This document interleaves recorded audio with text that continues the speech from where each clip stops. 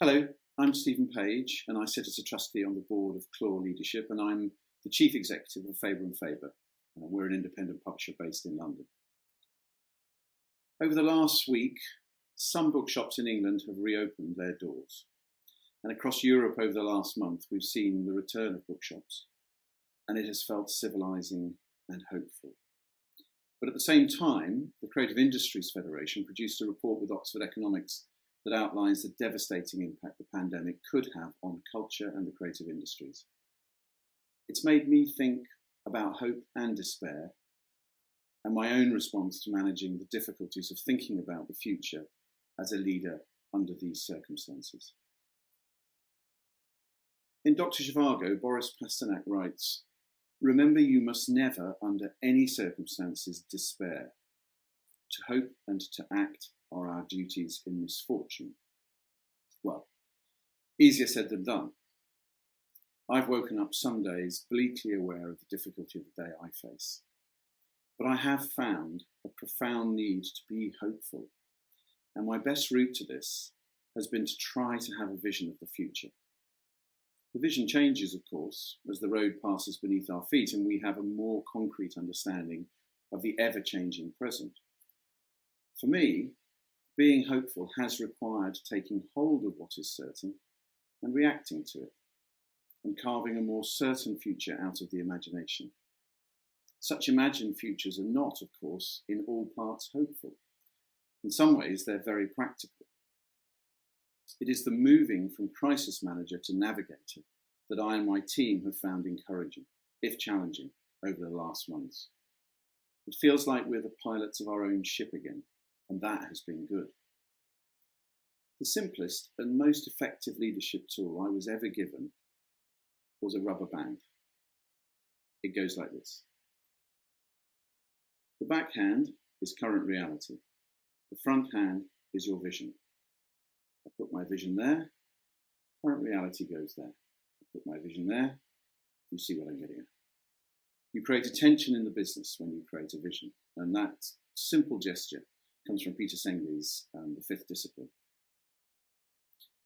So how does that look now as an idea? Well, over this last week, we've been able to see our imagined world of bookshops become a reality.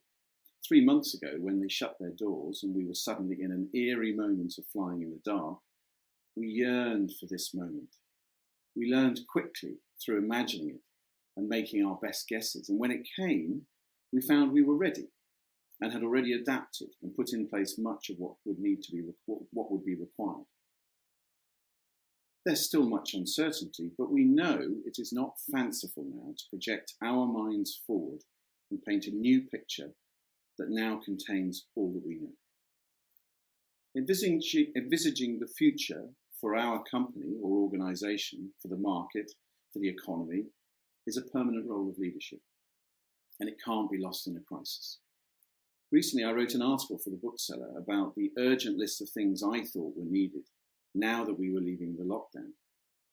It was the product of many discussions within and outside of Faber. It had in it a need for a plural online world that included independent bookstores, for government to support the high street and for small presses to have their support to get over the cash hit of these last 3 months. There's also a call for the industry not to blink from inclusivity programs, despite the tough economic circumstances, and for events to be reimagined online with a real commercial outcome. I wrote it because when I imagined my industry thriving, these were the things at risk and not in my gift. I wanted the future to look more like the hopeful vision I had for it. Closer to home, at Faber, we've got back to strategy. In January, my team and I created a long-term strategy conversation by writing a vision of what Faber might be in 2029 when the company turned 100. It excited us all and led to a powerful conversation about the journey we might set out on now. We then drew together 20 other senior leaders in the business to take that work to the next stage. Then the lockdown hit. For the first 4 weeks, we reverted to pure crisis management. We were surrounded by uncertainty and had a huge amount of work to do to migrate the company to remote working, to reforecast our financials, to figure out government policy, and to help our staff to adjust. But quickly I felt that crisis alone was running its course as a motivator in the business. Again, working with my team, we set time aside to begin the process of revisiting the vision. Now, I do know that in some cases there appears to be nothing beyond survival, and I accept that. For us, while there remains significant risk, we do not face the immediate existential challenge of many cultural institutions and businesses. Even so, to reshape to the future, envisioning remains crucial in my mind. So we've taken that new vision that we've built out of the old to our wider teams. And while we're battling with the crisis, those teams are interrogating our vision and beginning to hammer it into a deliverable shape. We've stretched our rubber band and our business is moving forwards with momentum. It feels hopeful. It feels like there is a future that is not this demanding present. I have, of course, learned over this year that visions are fragile things. They're open to events. The hurricane of the pandemic swept away our vision. I definitely am still grieving its loss. That future that we painted in January is one I wanted to inhabit, and now I won't. I still want to, but I can't.